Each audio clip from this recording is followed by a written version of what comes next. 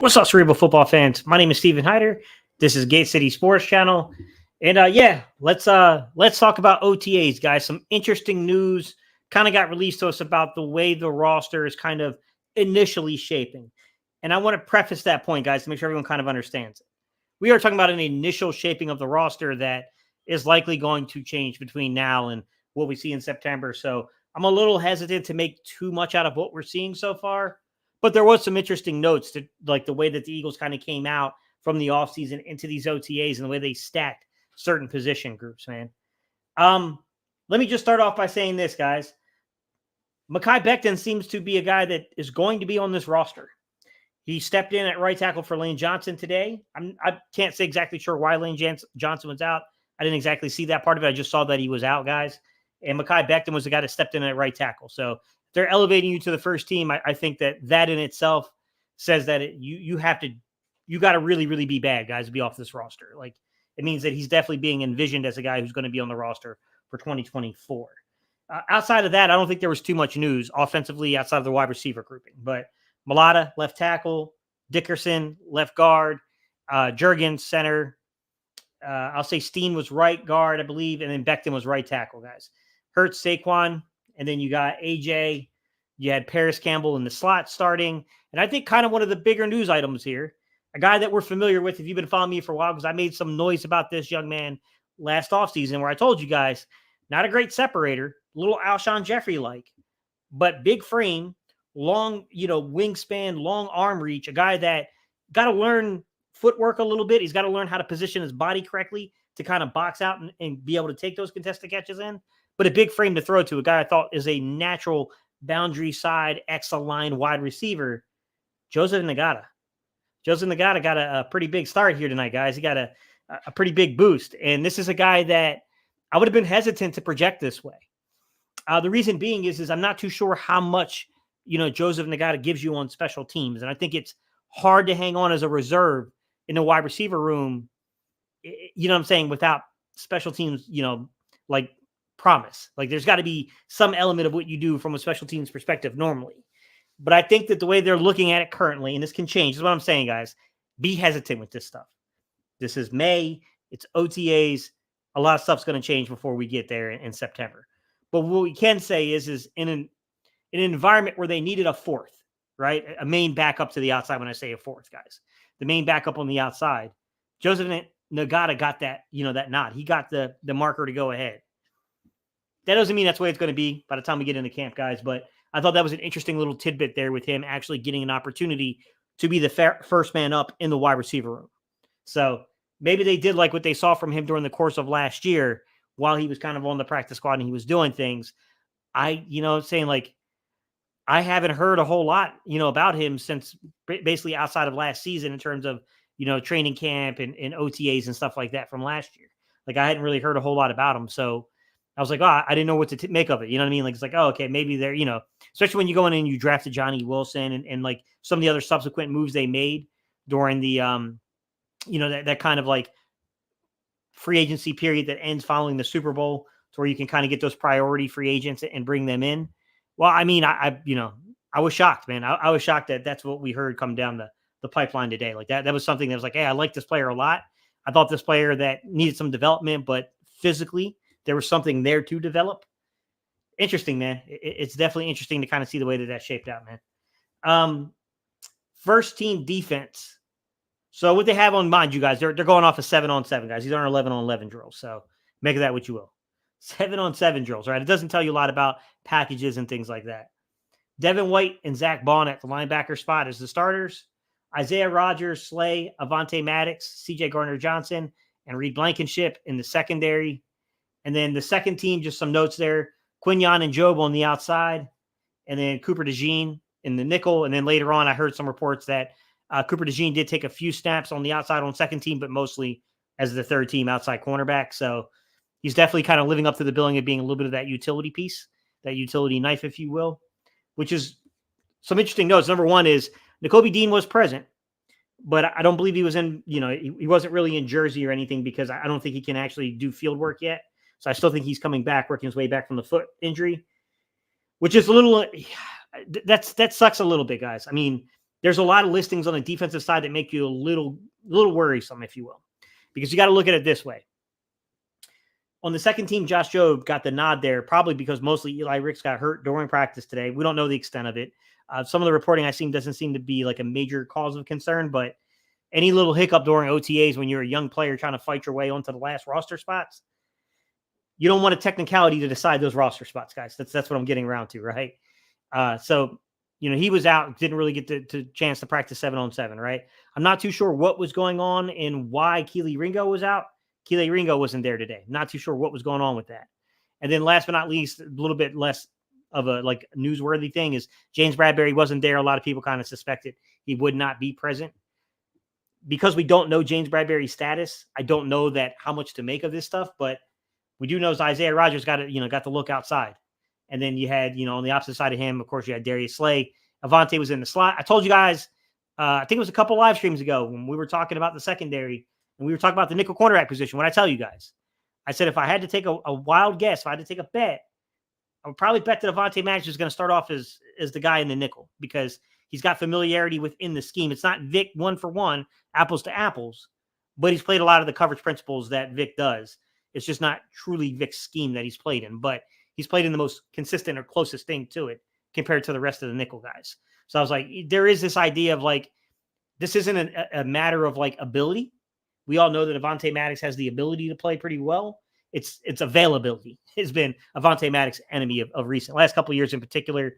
It's the fact that he just hasn't been on the field enough to really make us feel confident in projecting him to the roster. But like I told you guys, I'm not counting him out of this fight. I just think that the fight has been convoluted, right? It's been crowded. It's been packed. Now you got a lot of answers here. You got a lot of guys to kind of throw into the equation and get a feel for it. And I think it's kind of noteworthy that they got Cooper DeJean on the second team, that nickel cornerback spot. I don't think that sucker settled yet, guys. That's what I'm saying about these things. I kind of had a hunch that Avonte was going to get to start there, but we'll see come September. We'll see come September how this thing works its way out, because I do think that there's going to be some interesting kind of little back and forth battles. I do think for Avonte's sake, it is kind of interesting, and I think it is of note that he didn't just work as a slot. He didn't just work the nickel. They also brought him in as safety as well. So that might lead to him actually kind of making it onto the roster as a guy that kind of gives you some of that versatility as well. I don't know. We'll have to see how Vic kind of figures this thing out as camp goes on. So, I mean, that was definitely of note. But I don't love the fact that, you got Nakobe Dean not able to practice today. So now you got a situation at linebacker that's going to get quite muddled. I don't want these things to be decided by technicalities. I think that's the way we don't want it to. I like the fact that Nakobe Dean's going to have to earn his way onto the roster. I think that's generally a good thing, is to make this young guy earn his spot, make him go out there and fight for it, right? But when you look at second team and third team, the way they stack the linebackers, your second team was Ben Van Sumeren coming in here with Orion Burks. I want to make a video on Ben Van Sumeren because the dude's he's an athletic freak, guys. He's an athletic freak. He's a guy that I don't think a lot of people know about. If you were infatuated in the draft with my guy from NC State, Peyton Wilson, I'm just going to tell you right now, Ben Van Sumeren's a better raw athlete than Ben is. He's the better raw athlete. I will say that Peyton Wilson's the more instinctive player. He's a more experienced guy. He's got a little bit more instincts at the position. Ben's an athletic freak, guys. That dude is really, really athletically gifted. He's a guy that I would love to see the upside. I would love to see that projection to where you get a guy that was a little raw, comes in week 16. It's a dude that I didn't even think would probably make the roster. I was like, I'm not feeling the Ben Van Sumeren thing. I mean, I get he's a good special teams player, but seems a little raw to me. Makes a team by the end of the season, gets in week 16. Guys, he ranked in the top 10 in terms of grading when he got his opportunity. Now, I will say the following week, he didn't play as many snaps and he got exposed a little bit more in coverage. A little harder for a younger guy. But, the raw athleticism kind of showed itself in week 16, guys. When you're being graded in, top 5, top 6 status as a linebacker. And I know that grades are subjective, but they're also impartial, right? I mean, it's noteworthy. I also, when I looked at week 16, I also thought it was interesting that Devin White was the highest graded linebacker in week 16. And then Ben Van Sumeren was 5th or 6th. I thought that was kind of interesting. Outside of that, guys, I mean, I don't think there was a lot of, a lot that came out that it wasn't suspected. We're hearing a lot about motion. They did a lot of motion in terms of practice. Not a shock, not a surprise. I told you guys when I went and watched the film, I I know that some of the commentators have been trying to downplay motion, like, oh, you heard him talk. It's really about that chain of command, that chain of custody when it comes to play calling, like, seeing the defense and how you react to those things that matter. And I agree 100%. But I mean, come on, man, what are we doing here? It's not hard to go look at what the Chargers were doing in 2023, what Dallas was doing in 2022 and 2021 in particular, and to see there was a ton of motion compared to what we're used to in Philly. Like, it was very noteworthy. So I wasn't shocked that was one of the big headlines today, that, oh, there was a ton of motion in today's practice. Some of the other things that I heard, guys, that I think is a little unique is they were playing a lot of 3-by sets. So they're playing these 3-by stack sets, which not too big of a shocker. I told you guys that when I watched the film, you could see him trying to create these free releases. Normally when you're in a 3-by set there, you're trying to get somebody a free release on that back side of things. So there's a couple ways to look at this. You're trying to isolate on the backside of the play. So you got a 3-by-1, right? So the by one side, you're normally trying to isolate somebody out there and win. Or on the 3 side, you're trying to create a free release for somebody, right? To win. So, I mean, not a shock to see that. I saw a lot of that on the tape. I told you guys I saw a lot of that isolation type offense with Kellen Moore, where he's trying to isolate. That's why I told you guys. There are a lot of similarities between Nick and Kellen. It's just they approach the things differently. Nick likes to try to do that matchup-based crap too, right? He's trying to isolate by matchup and take advantage of it. I just think Kellen Moore does it a little differently than Nick does. Nick doesn't like to use a lot of eye candy. Kellen Moore does. I'm a little bit more partial towards Kellen's side of things. I've been very open and honest with you guys about that since day one when Nick was hired. I told you guys that I was the one who kind of called Nick's hiring before it happened. And a lot of you guys were like, who? Who the heck is that, Gate? However, I told you guys, I don't love the not moving guys around. I don't love the not trying to disguise or deceive defense. Like, come on, man. You got to give the eye candy, man. The eye candy is important. It's going to be interesting to see how this stuff kind of hashes its way out here. A lot of clips on the internet right now of Saquon Barkley and Jalen Hurts in shorts. I'm not going to make that much of it out of the run game. You can learn absolutely nothing from the run game right now, guys. It means nothing. It's, all they're doing right now is learning where they're supposed to be at certain set points, timing of the offense in terms of the blocks, trying to time those blocks and things like that, the anticipation of the play, that timing of the play. That's all they're really getting down. It really means nothing to you but pads on in the run game, though, guys. I mean, I'm not going to make too much out of these dudes in shorts in the run game. Even 7-on-7s, like, come on, guys. 7-on-7s are set up for the offense to win normally. Like, the offense is normally going to win a 7-on-7 drill, and they're definitely going to win the 1-on-1s. 7-on-7, at least you get a little opportunity to play some scheme stuff. 1-on-1s are completely designed for the offense to win. So, yeah, man, it's definitely it's going to be interesting to see the way they carry this stuff out, guys. All right, let's get a little bit of comments and talk for a few minutes tonight, guys. What's up, Josh? How you doing, buddy? Can you do a great job of laying things out? Keep it up. Hey, man, I appreciate you, Sean. Thank you, buddy. What's up with Dean? So, to be honest, Kayak Baseman, I don't know. I can't say for sure what happened. From my understanding is that it's still part of the recovery process from the foot injury he had during the 2023 season. He's just not cleared for field work yet. From my understanding is in terms of team activities. He's probably doing some stuff with in-house with physical therapy and stuff like that. He probably gets down and does some stuff on the field individually. He probably has some clearance to do some individual drills. He just can't work in a team fashion yet is what I'm going to make the assumption of. So it seems to be something related to kind of like what happened last year. Dean is just unlucky, man. Well, I don't think it's anything new, at least, Mr. Ralph. I don't think it's anything new yet. So at least it's not anything new. It's not going to, something's going to catch us off guard at least, right? Like it seems to be that's still that prep from last year trying to get back. I agree with you that he's unlucky in the fact that like you don't want to give snaps up. Like this is horrible timing to still, what I'm saying? Like when you're trying to learn certain key markers of the defense, when you're trying to get these things, you don't want to miss OTAs as a young player. Like I do think that there is an effect by missing those things as a young player during OTAs. Like that's never a good thing per se. Like you don't want to be in that situation to where you're trying to play catch up. If you're the linebackers or especially like the back seven, the young guys, you want to make sure you're out there. Like even Kelly Ringo, I'm not too sure what happened with Kelly Ringo. I would have liked to have seen Kelly Ringo out there, man. Kind of a little disappointed he wasn't out there. What's up, Luke? He said Gates' logical reasoning is the reason he's the GOAT. Appreciate you guys. Yeah, I mean, we'll see. I mean, a couple things caught me off guard today. I'll admit there's a couple things that came kind of rolling downhill that caught me off guard. But for the most part, like, Not overly shocked. I mean, if you were to ask me to make an early prediction on the 53-man roster, I would have probably said Mekhi Becton is likely going to be on there. But I wouldn't have known 100%. I would have just been like, I mean, you read the tea leaves. He's a very athletically gifted guy. He's a guy that once upon a time was viewed as a certain way within league circles. Probably got a good shot at making the roster unless he just really can't play and he gets exposed. But yeah, I mean, that one, I don't think it's overly shocking. It's just noteworthy that he immediately got that start at right tackle. I think Ngata is a little bit noteworthy. I don't know that he can maintain this and hold on to it, guys. Let me be clear here. Maintaining it and holding on to it is different from being assigned it originally.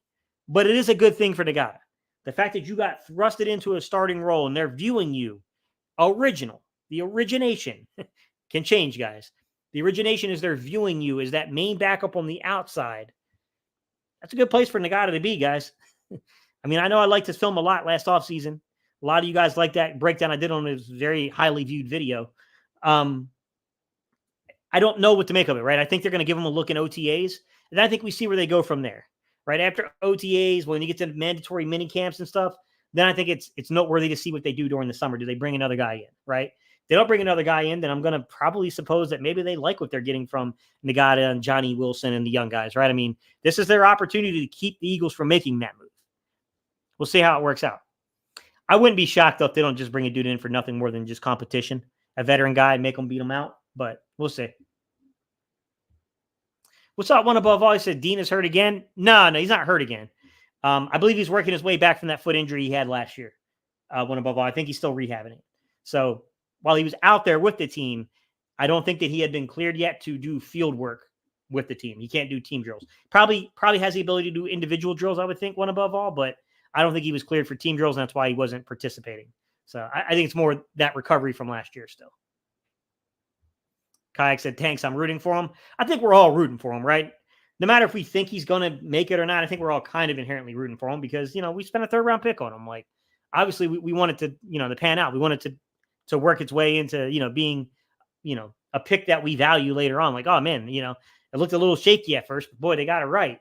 I think we all want that. But, yeah, it's a little scary, man. I don't like the fact that he still hasn't been clearly cleared for full participation yet. And now we're at OTAs, man. We're learning, we're getting the first little install stuff, guys. I mean, this isn't heavy install yet. This is just the basics. We're not doing heavy install stuff yet. They haven't even fully installed everything yet, to be quite honest, right? But you heard what was said at the podium, right? We heard what Vic Fangio said, which is he wants to throw stuff at guys. He wants to see where they are, what they can comprehend, what they can lock down in terms of the knowledge base. And then from there, that leads you into the install, right? Like what you will and won't include. So we'll have to see how that stuff kind of works out, guys. Like from a coaching perspective, I respect the crap out of Vic because I came up through the same kind of, those same channels. Vic's much older than me, guys, obviously. But, I played in the 90s and early 2000s. Like I came up through that same hard school coaching, that same hard school playing, the way that you played the game. Like same thing we believe, you throw a lot at the wall to see what guys can handle, and then you back it down from there. I'm happy to be here, brother. Anyways, with regard to Nakobe, do you think that he will be a little better off now that he doesn't have to do the heavy lifting at middle linebacker? I don't know, Josh. I don't know if they're still going to play him at Mike. I think they might still play him at the Mike. I like the fact that they're challenging him. I like the fact that they're bringing a guy in who's been in a league for a little while, right? He's been in a league. Zack Baun's been in a league for a little while, but he doesn't have a ton of experience playing off-ball linebacker. He's no more experienced as an off-ball linebacker in terms of in-game. I mean, in terms of accumulation of seasons, of course. But in terms of in-game experience, he's no more experienced really than Nakobe Dean is at playing off-ball linebacker. We'll see, though. I mean, Nakobe needs to work his way into things, man. I mean, I'm just going to let it play out how it plays out, Josh. I don't got no bearing on the outcome of anything. You know what I mean? Like all I can do is just kind of cover it from afar and tell you what a little bit we're seeing, like which way they're leaning, give you a little experience from like some of the things that coaches do when they're trying to really test guys. I can give you those little insights, but it's up to the players to hash it out, man. They got to hash it out in terms of the rotation and who's going to be on that 53. Within the new offensive system, do you believe Paris Campbell can be better than Quez was? Yeah. I mean, look, I'm not going to say that Quez didn't have a purpose or a role in the offense. He did. I'm also going to say that Nick clearly overvalue that role. I was pretty open and honest to say, like, I think we have enough guys who can spread the field. Like, I know that Devontae Smith isn't a traditional burner, right? He's a little bit more of a long strider. Still got good, adequate speed, right? A.J. Brown, a little bit of a bigger guy, still has vertical presence to him. I think we have guys who can spread you vertically. There may not be the traditional 4-3 guys, but they can do it. Now, Paris Campbell is that traditional, sub 4-3 dude. He can make headways there. I mean, he's fast, lightning fast. With that said, I will say that he's had a couple of years of moderate production. There's nothing there to make you think like you should feel overly confident or overly comfortable, if you will, right? I think Paris Campbell has some speed. I think Paris Campbell can work underneath. I think that he has shown the ability to get some yak yards after catch. But at the same time, I'm going to say that I don't know that I inherently trust him. Well, it's really rack. Yak is more of a running back stat, and that's really yards after contact. But you get what I'm saying, guys. He's got the ability to really and honestly run those drag routes, maybe do some crossing routes and use that speed to challenge defenses. I do think that, that was something that we wanted from Quez, and Quez didn't always give us that. He gave us a lot of the vertical seam stuff, but those deep crossers, the drag route stuff, the over routes, those things. I mean, they tried to run Quez a few times there. You remember when Quez ran, I can't remember what game it was where he ran the over route and he got the depth wrong and it made Jalen Hurts look like he sailed the ball, when in reality, Quez just wasn't at the right depth for the over route. Stuff like that. I mean, that's where I think Paris Campbell could potentially improve you. I don't know if he's going to be a difference maker. Remix, I can't say he's going to be, I got to see play out, man. Like, it's hard to say he's going to be a difference maker at this point, in the season. Like, we're way too early. G. Famson Gate, what do you think about the potential blitz packages coming from the off-ball backers? Yeah, my guy Johnny Mack kind of downplayed that a little bit, didn't he? Recently about him not feeling like that, Devin White's a great fit for Vic Fangio's scheme because he doesn't feel like Vic Fangio is going to use Devin White in the same capacity, in the same role that Tampa Bay did, right? He doesn't feel like Todd. He's a Todd Bowles, like, kind of, like, move the backers. I get what he's saying. He's probably not going to be utilized at the same rate of use per se, but I do think he's underplaying the amount of zone blitz they do, fire zone, to be particular about that. They do use their linebackers that way. I also would say I would preface this to be a little cautious because the way that Gannon used to like to use, and I've been saying this a couple times, guys, Gannon liked to use his linebackers as overhangs on occasion, right? He would bring those guys down as off balls and he would play them on balls and overhang, right? We saw that with Kaiser White with that situation, right? And then last year, we had the game in Washington where you saw some of the Vic Fangio stuff coming out from Sean Desai, to where you had the one huge game against Washington to where we saw some of that fire zone stuff coming out. So, I mean, hard to say, man. Hard to say exact percentages. I will say that Vic Fangio I think he led the league in simulated pressures. So you're going to see a lot of those replacement stuff. So if you're going to drop, on-ball backer on occasion out into the flats, somebody's replacing it. Someone's replacing that blitz most of the time. So that could be a nickel corner, could be an outside corner, could be a safety coming down the fill, could be linebackers. You know what I mean? Like, I think it's going to just depend upon who he feels gives him advantages, really. I think it would be malfeasance to not use Devin White to some extent in that role. I trust Vic Fangio to get that right, man. I don't know how much he's going to blitz in regards to everything else, but yeah.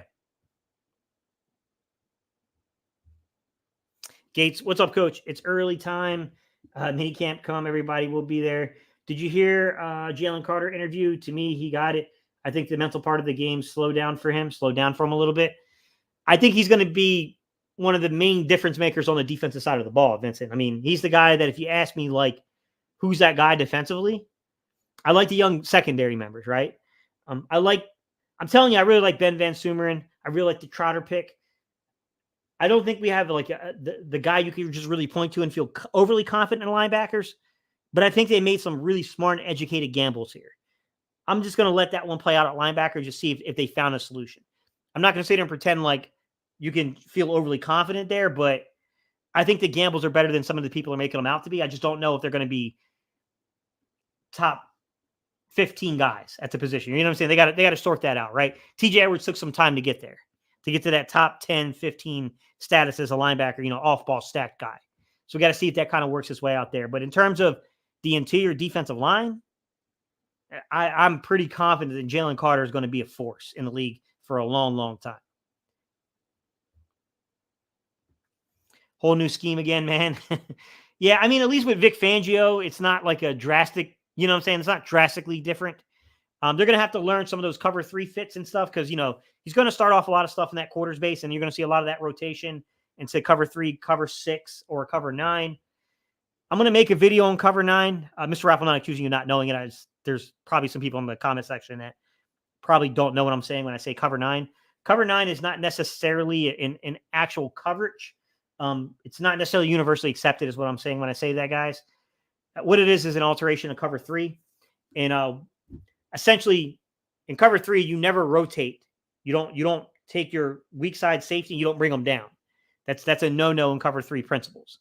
But Vic Fangio started doing this thing where he would take the backside safety and he would start rotating him down, rocking him into the box, and he would kick the strong side safety out and over the top. So they started calling that cover 9, guys. That's the small portion of a much larger thing. Vic started running a lot of that stuff recently. So, starts off kind of quarters kind of bases there. I mean, of course, there'll be some quarters concepts and you'll see them play quarters at times. But I do think that cover 6, cover 3, and cover 9 is a lot of stuff you see post-snap. So we'll see how that kind of works its way out. What's up, Cody? How you doing, buddy? Gate, I was worried about not getting Lane's replacement. Now I think Howie played chess, not checkers, and is looking at Stout to get the talent out of the still young Becton for a long-term right tackle, like a solution there. I mean, it's a good gamble. I don't know if it's going to pay off. Luke, I'm not going to sit here and say that I know it's going to pay off, but I think it's a dang good gamble. You know what I mean? Like, I think Becton has some upside, some tremendous upside. I don't know how much longer Lane's going to play. And of course, that's got to factor into the evaluation here that how much longer is Lane going to play? Is it advantageous? You know what I mean? Like all those things together kind of like, I don't know how old Becton is. Let me go look up Mekhi Becton's age real quick. I don't know how old he is offhand. So, if Lane plays this year and, say like this year and another 2 years, he'd only be 28. Yeah, I think it's a smart gamble, man. I mean, at worst case scenario, you're looking at a 27, 28-year-old, probably when Lane hangs it up. So, I mean, if you can develop that guy to be your swing tackle for the next couple of years and then slide him in as your starting right tackle later on, I think it's a pretty dang good bet that they placed there. My guy Sean said, did Davis get any work in? If so, what do you got on a take on him today? I didn't see anything because they were running mostly 7-on-7, Sean. So I don't know that he was really running in those periods because you don't run a lot of defensive line stuff on 7-on-7. It's only going to be your linebackers and your coverage guys on 7-on-7. So I don't think that they really utilize them like that. Now they probably did positional drills, but I didn't hear a lot of reporting, Sean, from the positional drill stuff yet. I heard he looks good. Looks like he's in decent shape for the season. I just say just judge it, Sean. Judge it when they get in season, man. Judge the rotation. I mean, we know the guy's got talent.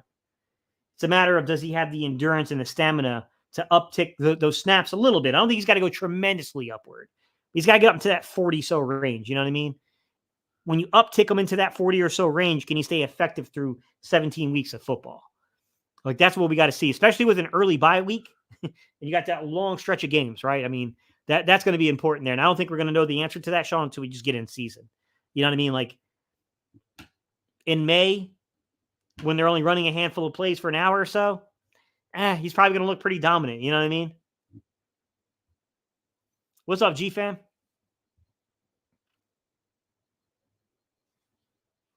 Let's not forget that linebacker we saw from Detroit. I forget his name, but he has size and should flourish in this defensive scheme. What's up, Green Talons? You're talking about, crap, his name's slipping my mind right now. Julian Akwara. Julian Akwara is built a little bit like Jalix Hunt. 6'4"-ish, 6'5"-ish. He's in that 250, 260 some range, he's in that area. Longer arms, 34-inch or so arm reach, longer wingspan, over 80 inches. He's definitely built like that. Guy that I think they spent a pretty decent pick on. I think he was definitely a top 100 pick if I recall correctly when he came out of the draft. We'll see. Right now it's kind of hard to really put the defensive line in perspective because of 7-on-7 drills. I think once they get around to some of the 11-on-11 stuff, we'll get a little bit better look at stuff. I'm looking to see once we get into camp. When we get into camp and during those camp visits, when we go up to like, Foxborough or whatever, and we're playing the Patriots, when we get to those, those team, drills, I want to see how those guys do there. Can this defensive line just be, an absolute problem for the Patriots? Then I think you'll know a little bit. You know what I mean? I think that's when some of the truth will come out about the defensive line. And I'm including those on-ball backers amongst the defensive line. I probably should have stated that from the beginning. Reading down, my bad. Dante said, what are you the most interested in during volunteer OTAs? I just wanted to see how they align these guys, Dante. And I think we did get deprived and robbed a little bit because some guys are absent. So, Kaylee Ringo not being out there kind of sucks a little bit. The fact that Eli Ricks left because he got injured doesn't look like it's anything really serious, but he did get injured, and that kind of clouds things in terms of like what we're looking at in terms of the rotation. You know what I mean? Nakobe Dean not being able to actually really contribute yet. He's there, but he can't really get on the field for team practices. So, there's definitely some muddied water right now, right? But I want to see guys like Joseph Ngata. He got to start today. I want to see Ken Ngata, Johnny Wilson, these guys, these bigger size, kind of boundary side, excellent wide receiver types that would be your main backups on the outside. Can those dudes kind of hang on? I kind of want to see that, man. I want to see if those dudes can hang on there, or if they're going to bring in veterans. I think that's kind of an interesting to watch develop out there, Dante. Ben Van Sumeren from the linebacker spot. Dante, one other name. Love that kid's athleticism, man. If the light bulbs go off in terms of understanding run fits, angles, and things like that, whew, man, that kid's, you don't find a whole lot of athletes like him at that spot. Like he's a different type of athlete out there. He would be really interesting to watch at the linebacker spot if the light bulb ever went off. What's up, mister? He said, I see why Fangio is leaning towards Baun to start at linebacker. He looks like the most fundamentally sound linebacker we have. Not the greatest athlete, though. Yeah, it's hard to say. Like, TJ Edwards wasn't necessarily the greatest athlete either. I mean, sometimes it's instincts, Mr. Sandman. And then, I think also it's no coincidence. I know people hate this when I talk about this, Mr. Sandman, but I know you as a guy who played nose tackle, you understand exactly what I'm saying. When you look at the linebackers and you're talking about run fits in particular, and when teams are working up to you to try to stack you, when you get these guys that are sub 32-inch arm reach linebackers, they can get swallowed up a little bit. Some of these dudes like TJ Edwards just play really strong, and they're just really instinctive, and they just kind of meet you. So they're not letting you get up on them like that. But, when you start getting these sub 32-inch guys, and then you get even worse, sub 31-inch guys, it gets a little sticky there, in terms of getting stacked by these linebackers a little bit. So I don't think it's a coincidence that in a defense that really requires some run fits from the linebackers, Fangio is going to want to try to stop. A lot of his predecessors played a lot more of those penny fronts, those 5-man fronts. Vic does it. You'll see it, especially on first down, but he doesn't play it as much. When I say penny front, guys, it's a 51. So keep that in mind. That 51 is a penny front. And then you're going to see some 52. All right? You'll see some 52 fronts there. But Vic does like to stop the run with a 4-man front. Those linebackers got to come up and fill. They got to play, man. I don't think it's any coincidence that Zack Baun, 32-inch arm reach guy, Devin White, 32-inch arm reach guy, like, you know what I mean? Like, I know people don't like that, but it's a thing.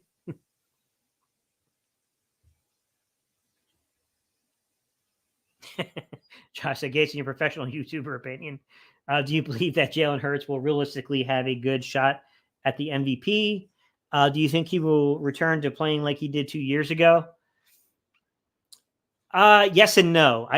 I think. I don't know, Josh, how the offense is ultimately going to look. This is very much projection at this point. I can make some educated guesses based upon what I see on the film from other stops, that Kellen Moore's been at. But I don't know the way this is going to mesh together with Nick Sirianni and Kevin Patullo as the passing game coordinator. You know what I mean? Jeff Stoutland in terms of the run game stuff. Like, he's the run game coordinator. It's educated guesswork here. I don't know that they're going to be as vertical as they were.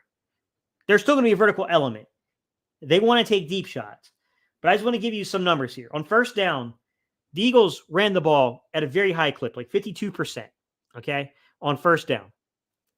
At the same time, when you look at plays above 20 yards on first down, StatHead has them throwing 45 passes on first down above 20 yards. On second down, there was 24 attempts according to StatHead. And on third down, there was 26 attempts on StatHead, so 50. First down almost equated to all the production in terms of 20 yards or longer on second and third down. This team is both run heavy on first down and vertical previously. I think we might see a slight adjustment, and I can't remember who it was. I was talking to somebody recently. We had this conversation. We were literally talking about this. I think it might be my guy, Mr. Ralph. I think it might have been Mr. Ralph and I might have been the ones who were talking about this. I definitely think there's an element here. I think there's an element of where you're going to see maybe Kellen Moore work a little bit more with that motion-based stuff, right, to try to get matchups and try to get Jalen intel from the coverage that he's seeing. And then also you're going to see those stack releases, right? You're going to see those isolation plays where they go 3-by-1 to try to isolate on the opposite side of the field, right? Or 3-by-1 to create those free releases. I think he's going to try to create a little quicker offense, if you will. We'll see. I got to see how it all comes together, Josh. But I mean, that's my read of it. What's good, Donnie? How you doing, buddy? My guy Dante said, leave a like and subscribe, man. Appreciate you guys. My guy Carlos said, Gates, salute, man. I think we're going to have a special year. I'm with you, man. I think this is going to be a good year for the Eagles, too. I definitely feel like there's an energy around the team again. What's good, Donnie said, just arrived in the chat, seeing the title. I can say Vic Fangio definitely seemed very intrigued by Zack Baun. He said he thinks he can play inside. Yeah. It looks like he was playing Mike, from what I can tell. It looked like he was playing the Mike role, which is interesting, Donnie, because, obviously Nakobe Dean wasn't there. He was there, but he wasn't able to participate in team activities. So if you're going to play Zack Baun, if he does end up locking down the Mike spot, does he get the green dot of play calling? Or are they going to kick that out to the safety spot and give that to either CJ, GJ, or to Blank? Blank probably being the more likely guy, but that's interesting, man. That's an interesting one. What's up, KSF? You said, did you see anything on Trotter? Yeah, Trotter was on third team at the linebacker spot. So it was Trotter, and then, who was with Trotter? Ben Van Sumer and Oren Brooks were on the second team. Trotter and the young man from Penn State, Brandon Smith, were third team. I'm going to assume, knowing what I know about Trotter was likely the Mike. I wasn't there, though, KSF, to be fair. I wasn't there to observe it in person. But just knowing a little bit I know there, I think Trotter was the Mike. And I think they were playing Brandon Smith more as that will backer. So, But I don't know. Ultimately, I wasn't there.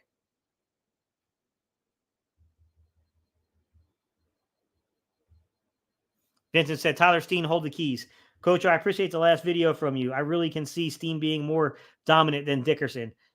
I know reaching, but his offside is through the I got you's upside is through the roof. Yeah. That's high. That's a high mark. You know what I mean? I mean, Landon Dickerson is a perennial Pro Bowl player. He's a very, very good player. But I do think that Tyler Steen is super strong. There's another one of these dudes that is super strong, but I think that the technique has to be learned for playing inside that phone booth. That idea of playing in those congested, tight spaces there and being able to shoot your hands appropriately, gaining leverage correctly, being able to set and pass sets is a little different on the inside. You don't have all that real estate and all that space to react with the footwork. It's definitely a little different. Dante said, I thought Ringo not being there may hurt him. We have a lot of corners. Yeah, I still think he'll be on the team just because he's got the status of being, not only a fourth round pick, but a fourth round pick that we traded up into the draft again to go get the year prior. So I think that alone will probably likely hold him on the roster. It's not a guarantee. I mean, if he's just bad compared to the other participants, he's probably done for. But I think it gives him a little bit of an inherent advantage. But I do agree in terms of positioning, this can hurt you if you start missing time. I don't know what's going on with Kaylee. I hope there's nothing seriously wrong and the young man can get on the field because I think there's a lot of inherent talent there. I really think that young man can be quite talented.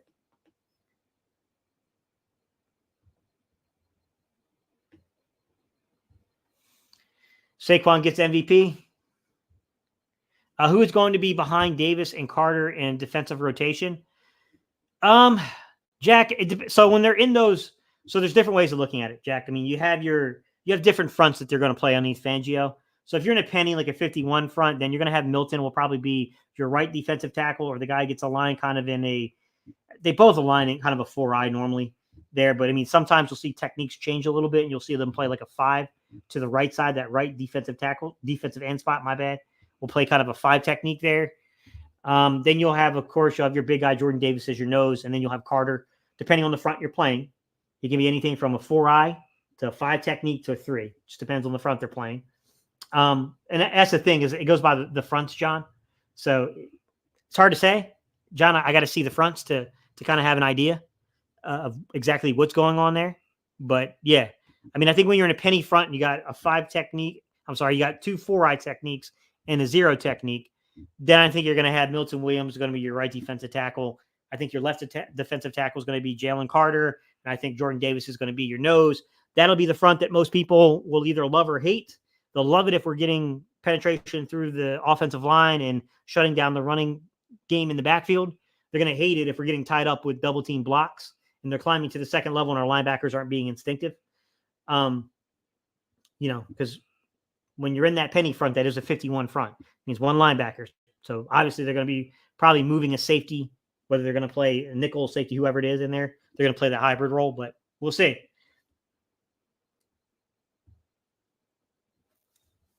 How much does help not lifting any more hurt? Hard to say. I mean, that's really a strength and conditioning thing, Dante. I can't really say that I know too much in terms of like physically, like what they do in terms of the preparation they take in the off season. That's really hard for me to kind of weigh in on there. I don't love that you take away a compound movement, which is what he was talking about lifting. If we're talking about the same thing, Dante. He said he took away bench pressing. I did a video on that where I was reacting to his podcast.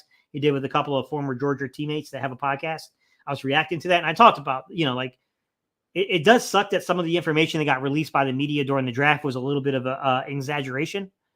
But at the same time, like, I don't love that you're removing a compound lift, especially when you're playing a sport like football.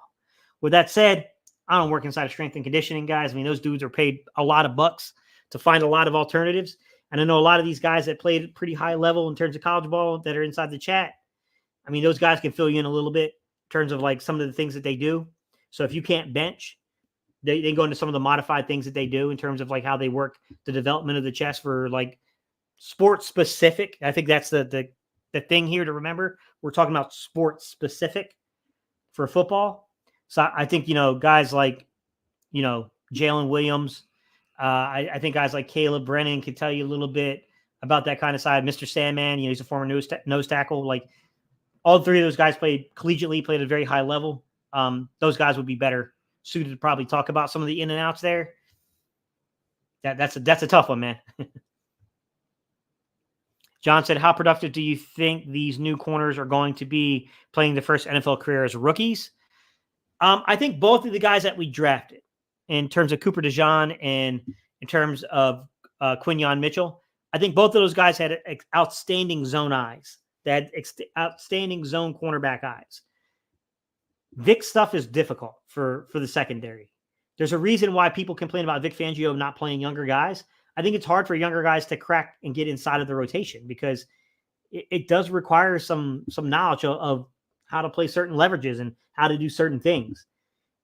It's going to depend upon how quickly they pick things up, John. I know that's probably not the answer you're looking for, but it's the only rational answer I can really give is that I think these 2 guys in particular have a leg up on other young rookies coming in because I do think that there are some things you can point out on tape where you can see some of their ability to diagnose route combinations. And that's pretty high level stuff for college level to be able to do that. So I do think there's a leg up in terms of getting into the NFL and already having that in your back pocket. But I also think that there is truth to the fact that Fangio doesn't play a lot of young guys because it's kind of tough to learn his scheme and where you're supposed to be. So, like, we got to see how it plays out, man. Their knowledge will determine that, really. What's up, Travis? First team Maddox and Rodgers. I would like DeJean and Quinyon now. Steen will not be better than Dickerson, and I like Steen. Steve, do you have enough quality backup defensive players after the figure out the starters? Raj, I do worry a little bit about the interior defensive line. Let me make sure Jalen Williams is not in this chat because he's going to try to come after me. Hang on. Hang on. Uh, Jalen Williams of mine. Jalen Williams is a friend of mine, right? We've been talking on this channel for a long time. He's coming in and giving insight before, broke down tape with me and showed you guys some stuff, right, before in terms of offensive line play. And him and I had a pretty big disagreement when Marley Tuipulotu came in the league. I really thought Marley Tuipulotu was going to be better than he was. Shout out to Jalen. He got me a little bit on that one. I think Marlon is a quality backup if you don't need him to play high amounts of snaps. Now, you can make the argument that before Marlon Tuipulotu went down, I mean, he was at pace or even exceeding the pace of Milton Williams in terms of the snaps. He's a really decent run defender. I'm not going to say he's great. He's decent in terms of run defender. Milton Williams is a really good run defender, personally, from what I've seen on tape with that guy. I don't know the upside of the pass. I once was really hopeful, Raj, that Marlon Tuipulotu could get a pretty good pass rush. I don't know how strong I feel about that now. I mean, I'm just going to let that one kind of play its way out. I once thought that there was something there to develop. He hasn't really shown it yet, to be quite honest. It depends on how you feel about him being the main backup to Jalen Carter, to be quite honest, Jordan Davis. He's played nose tackle as well. He was a nose tackle in college. And to, that kind of that right defensive tackle, defensive end spot. How do you feel about that? That's the thing, right? Because outside of that, you have a young guy, Moro Jamo, who is my most viewed video on this channel. I mean, that young man got me like pretty close to 70,000 views. I was pretty high on Moro Jamo last year. I called him the steal of the draft. I thought that dude was an incredible value for the 7th round.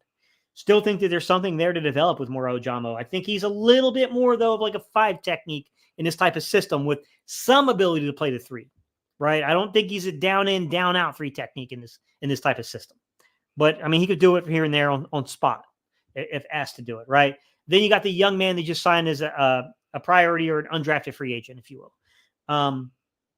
It depends. It depends on how those young guys, that are behind Marley Tuipulotu, how impactful they can be. Like, are these dudes really kind of showing something in camp? Because if not, then I think you need to go get a veteran, Raj, personally. But, how do you feel about Marlon Tuipulotu? PJ Mustafer is a guy they probably could carry on the practice squad that is a nose tackle, is a big, strong guy. And then you got these 2 kind of 5 technique guys. Moro Jamo. I can't remember the young man's name. Was it Hall? The other, Gabe. He's the other one. Like, it's, kind of a 5 technique.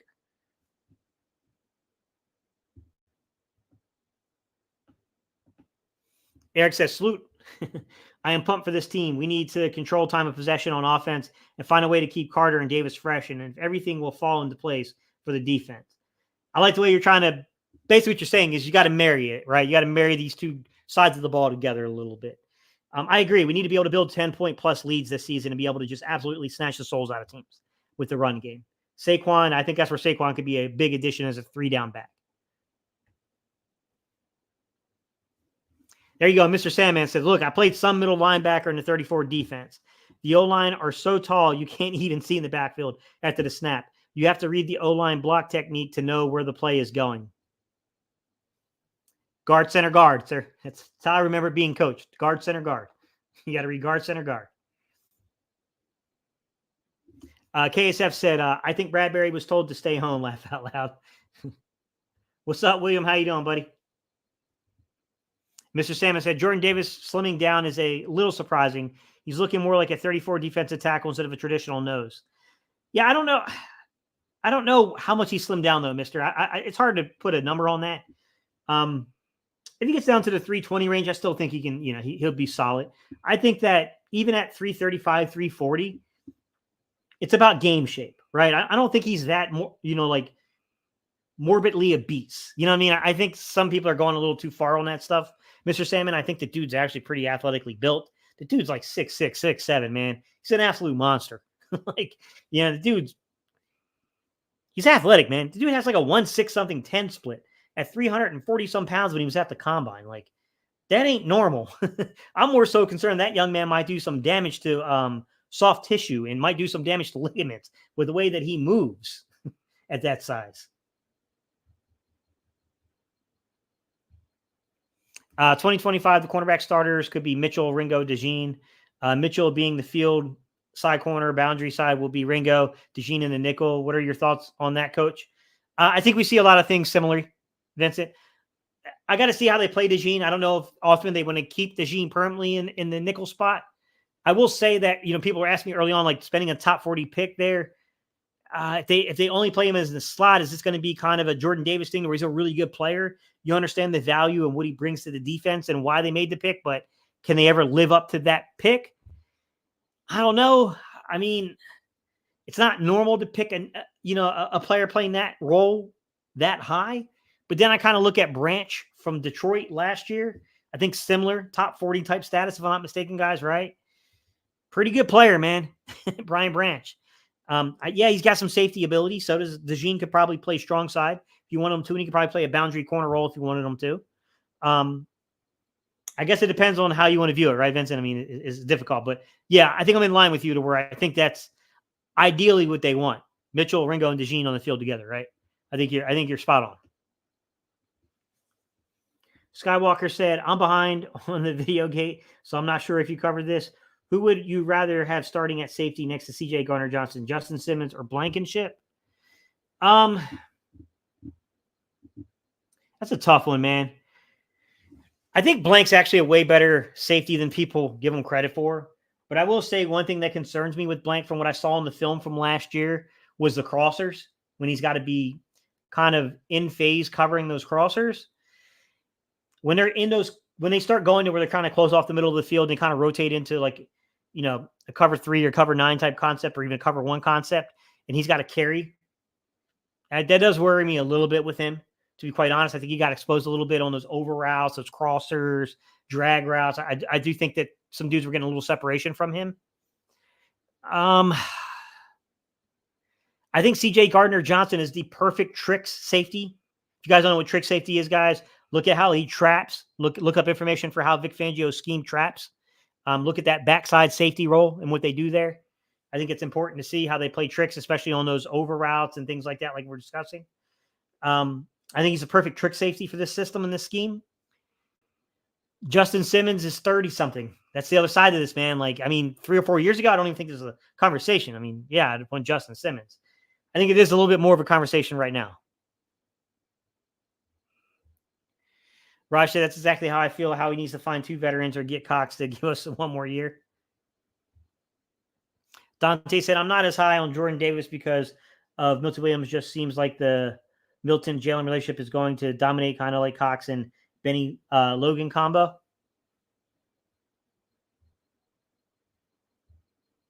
Dante said, I low-key wanted Brian Branch over Nolan Smith. I hope Nolan proves me wrong. Brandon said, God, I hate when teams start spamming crossers. Laugh out loud. Yeah, we got exposed a little bit, Brandon. Yeah, you're right. I mean, our safeties were, they weren't playing that concept very well, man. They were getting exposed a little bit last year. In my experience, lifting weights restricts your agility, but it improves your power. Maybe Nakobe Dean wants to improve his mobility. Yeah, well, he tore that bicep, Mr. Sandman, and he said that after he tore the bicep, he no longer bench presses anymore. I don't love the, removing a compound lift per se, but I mean, I do understand that there's a lot of dudes that are my age or and older, Mr. Sandman, that are in that late 30s into the 40s range that have suffered injuries that can't do certain compound lifts. Common one, normally most guys can, unless they've had some kind of a pec tear, they normally bench is a part of most guys' routine. But I have seen a few guys that do some adjusted stuff in terms where they'll never flat bench. However, the most common one I normally see is like you'll get guys that won't do deadlifts anymore once they start getting up around my age. You'll see deadlifts start to tail off. A lot of older guys. I still believe in fighting that. Fight gravity as long as you can. You know what I mean? Keeping your balance is important as you get older in life, man. And I try to fight as much as I can and keep those compound lifts in there. But I don't know, man. Like, so I was trying to tell him, like, I didn't play ball at that level. And, I'm not a strength and conditioning guy. So I can't, you know what I mean? Like, it's not where my expertise is in. I'm X's and O's, man. You know what I mean? Like, I don't know, man. I don't know how they handle that situation in the league. Like, I mean, you're playing linebacker, like, in your opinion, you played some Mike, you played middle linebacker, Mr. Sandman, and a 30 front. What are your thoughts there in terms of like sport specific exercises as a linebacker? Like what are the necessities? Like what's the necessities to keep yourself, and that's the hard thing, like to keep your body conditioned to live up to the wear and tear. Because I think that's more so what it's about, right? Or to build, as you're saying, build functional strength. Keep core stability. That's probably a pretty big one, I would imagine, for that spot.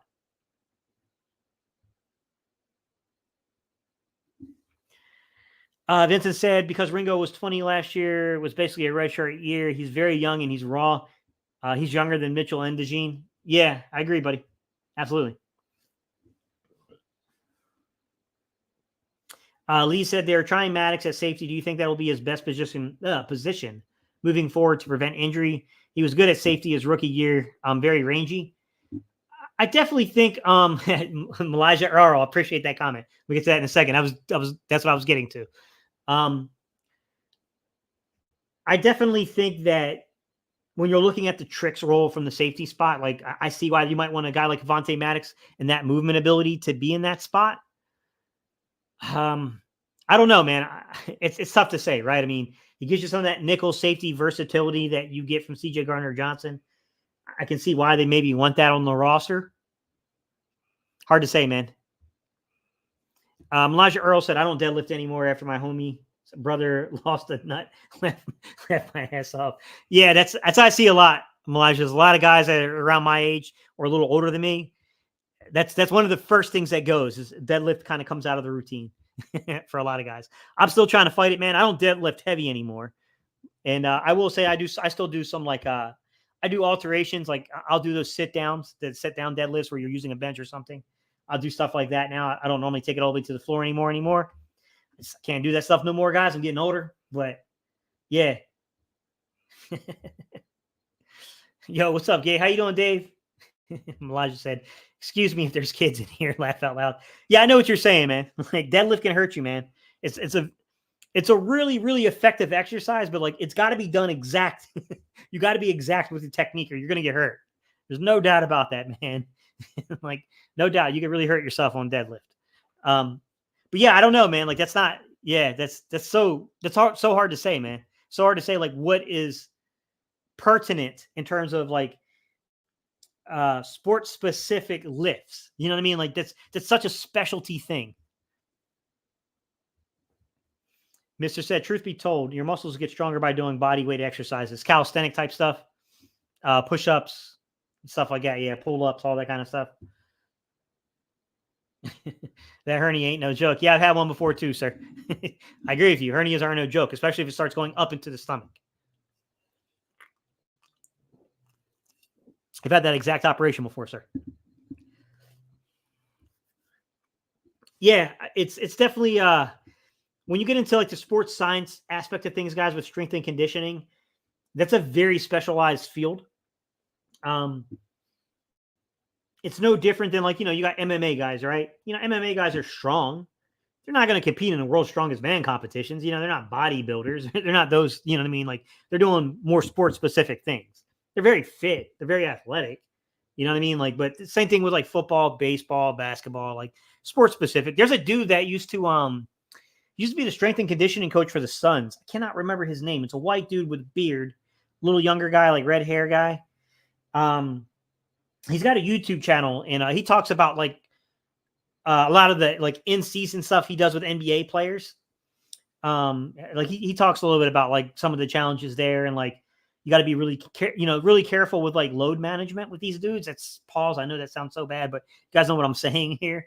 Like they talk about that stuff and like how you know what I mean? That's such a tough thing. Like I think so much of that stuff has to be handled in the off season, right? And then you're just maintaining in season. It's about maintaining it in season. Off seasons where you're supposed to be making those gains. So it's like it's kind of tough, man. Like I'll be honest with you, I was the kid that was playing around too much in weight training.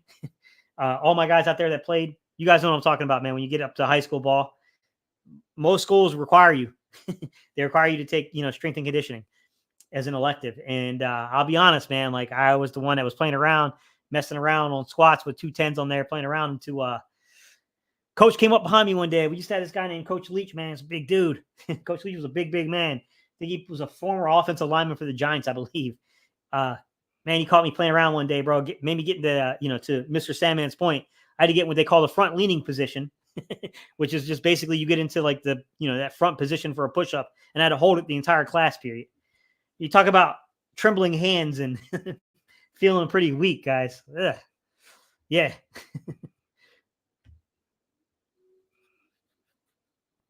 There you go, Mr. Sandman. He said linebackers are the most versatile athletes on the field. They need strength to play in the trenches and speed and agility to play in coverage. Linebackers have to work on everything. Yeah, yeah. There's such specific things. I'm wondering. I would think that they do a lot of band work too, Mr. Sandman. I don't know. I was never a linebacker. It's not really my spot. And like, I had some friends that actually did. They were. I had a couple of friends that interned for the Ravens. So NC State had this program within their sports science department to where they would intern with the Baltimore Ravens. And I had a couple of friends that played on. They played at NC State, and they worked a couple of years actually with NC State within the strength and conditioning program there. But they also interned with the Baltimore Ravens, and they're I wonder if I get one of those guys on one day to kind of talk a little bit. I don't know if they have. Sometimes there's some red tape you got to clear guys that they're working with an organization, but I would assume they do a lot of band work, especially when you're working with those agility drills. When you're looking at like the short shuttle, 20-yard shuttle, short shuttle, things like that, guys, like those lateral movements. Those things, you definitely want to see, number one, footwork, but number two, like there is an explosion and there is a balance to that stuff, guys. It's hard to explain, but yeah, I get what you're saying, Mr. Sandman. Like it's not an easy thing to kind of wrap up in a 5-minute explanation. Like it's a pretty complex thing in terms of sports specific exercises you do. And it's probably very individual in terms of like where the player needs to improve. Lane Johnson had a couple of videos where Lane showed you some of the workouts he does. So if you look up Lane Johnson's workouts on YouTube, he did a couple of shows with some of the strongman competitor stuff. And he kind of goes over some of the sports specific things he does as a right tackle in the NFL. It was a pretty interesting watch. It's really interesting to see the way that they go about like doing that kind of stuff. What positions do you think they'll go heavy on with the final 53? And do you think a receiver that's not on the roster will be in the final 53? That's a great question, Lee. What position do you think they'll go heavy with the final 53? My gut instinct tells me defensive line and offensive line, they're going to be heavy just because you have an early bye and you have this really long stretch. And if anyone's going to get claimed, it's going to be defensive linemen and offensive linemen in particular will get claimed along with quarterbacks. Those are the ones that normally put you, in the range to get claimed. Although I will say that some of the guys we may or may not cut in the secondary, those guys could potentially be claimed. But also, even if they're not claimed, those guys might prefer a more straightforward path to a roster by signing on the practice squad of another team. So like, I do think some of that, like corner, they could potentially go heavy to try to avoid that situation. I could see them going heavy along the D line or O line. When I say heavy, guys, I'm talking about 10 plus guys, 10 linemen on the O line. I think anything above 10 or more is very heavy. 10 normally is the cutoff. I don't normally see teams carrying more than 10 O linemen. D line's interesting, guys. I could see that getting as high as 10 or 11. That one I can see potentially getting up to 11 players. I can see them carrying 6 interior D line or 6 edge players, depending on how they want to do this, and then 5 interior. Like, you know what I mean? Like it can go either way. But the way I kind of look at it is you got Jalen Carter, Jordan Davis, Milton Williams, right? So Marlon Tuipulotu, and then you got your 7th round pick from last year, right? And Moro Ojama. So that's 5. If Gabe Hall makes it, that's 6. Okay. The other way of doing this is to look at the edge and you say you got Bryce Huff, you got Josh Sweat, you got Brandon Graham, and then you've got, who am I missing here? Nolan Smith, right? And then you got Jalix Hunt. That's 5. So 5 and 5 right there. You got 10, right? Now, if you carry an 11, do you carry Gabe Hall and the interior D lineman is a kind of a 5 technique in Fangio's front, hands in the dirt 5 technique? Or do you carry a guy like Julian Akwara at the edge rusher spot? Like that, I think that's like the kind of the arguments there. Terrell Lewis, like he's another guy that could potentially get into the conversation. Like to me, that's the question marks in the depths, those trenches. Receiver, potentially you could go heavy because I do think you're up the creek without a paddle on the outside if someone gets injured.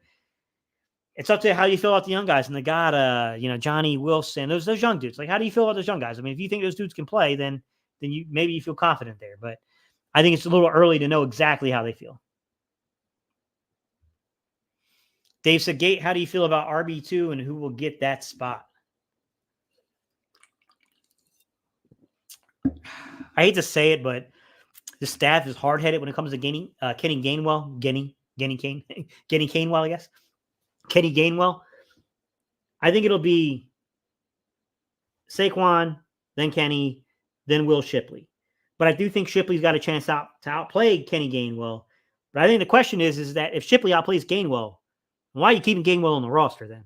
That would be my thing, right? Shipley can completely, like, if he outplays him, then you just keep Shipley. And then I think you take the young man that we signed from Price Davis, the young man from the 49ers, and I think you play him as your third.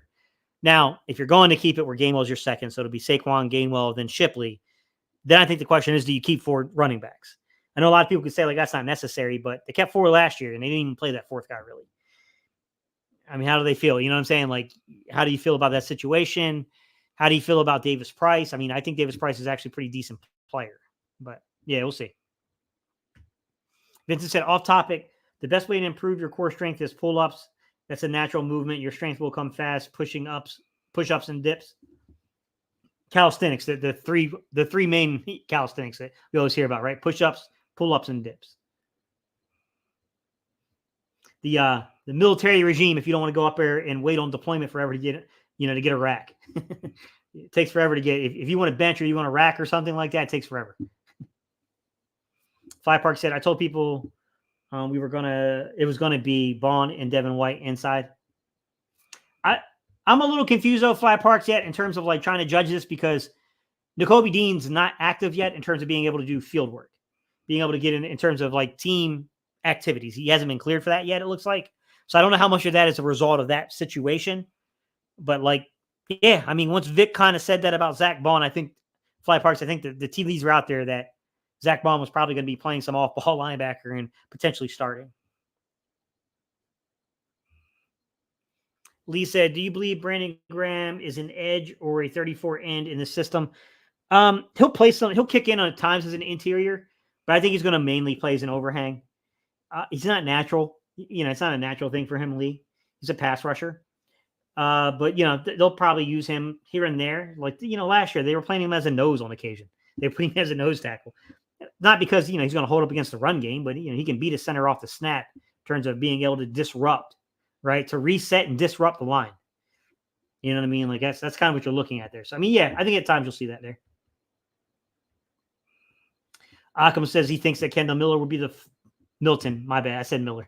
Kendall Milton will be the 4th running back, but I could see them trying to sneak him on the practice squad to go with only 3. Yeah, I personally I like Davis Price, but I mean, to be fair, they're in shorts right now, Akam. You know what I mean? Like, I don't know how much we can really judge running backs in shorts. I don't really think that, you know what I mean? Like, we till they put the pads on and there's contact. It's really hard to say that, man. Fly Park said, Gate, with this defensive backfield so loaded, where do you see Sidney Brown fitting in when he comes back? I think it'll depend. I could be completely wrong here, Fly, and they might want to play him more as being that kind of free type that's going to play kind of. I know that Vic doesn't really identify as free and strong. It's more so play side and backside for him. With that said, I see him more in that strong, or generally speaking, what you would normally think would be most of the time on the play side of things. However, I think you could make a case that is athletically gifted, and the fact that young man just finds the football. I do think you could see him kind of play that tricks role on, kind of the backside. So Fly Parks, I mean, it's going to be interesting, man. They try to play him as a nickel. I don't think he's a nickel. I think that was just out of pure necessity last year. But yeah, I mean, they did give him some run as a nickel cornerback. All right, guys, I got to jump off of here, man. The baby just finished up its feeding. But I appreciate y'all, man. We went over for a little bit over an hour. I'm going to come back with a video. I got some stuff. I'm going to break down Ben Van Sumeren. I'm going to break down, Gabe Hall. I'm going to break down some of these guys, some of the lesser known names. And then we'll get into some of the bigger names again. All right, guys, I appreciate y'all so much. We will continue, too, with some of the schematic videos where I'll break down a little bit more from the scheme. I covered Kellen Moore in terms of what he did in the run game. I'll also cover some of the things I'm seeing from him in terms of being under center versus shotgun and formation and what he's doing. I'll cover a little bit of what my eyes are showing me in terms of how he's using motion, how he's using these stack sets. I'll point out what I'm talking about that isolation concept he likes to use. I'll show you some of that stuff on film, guys. So we'll keep rocking, man. We got a lot of stuff, bro. We got a lot of stuff, man. Greentown says, see you, bro. I appreciate you, man. Appreciate you, bro. Appreciate you, Mark. Appreciate you, Donnie. All right, guys. I'm out of here.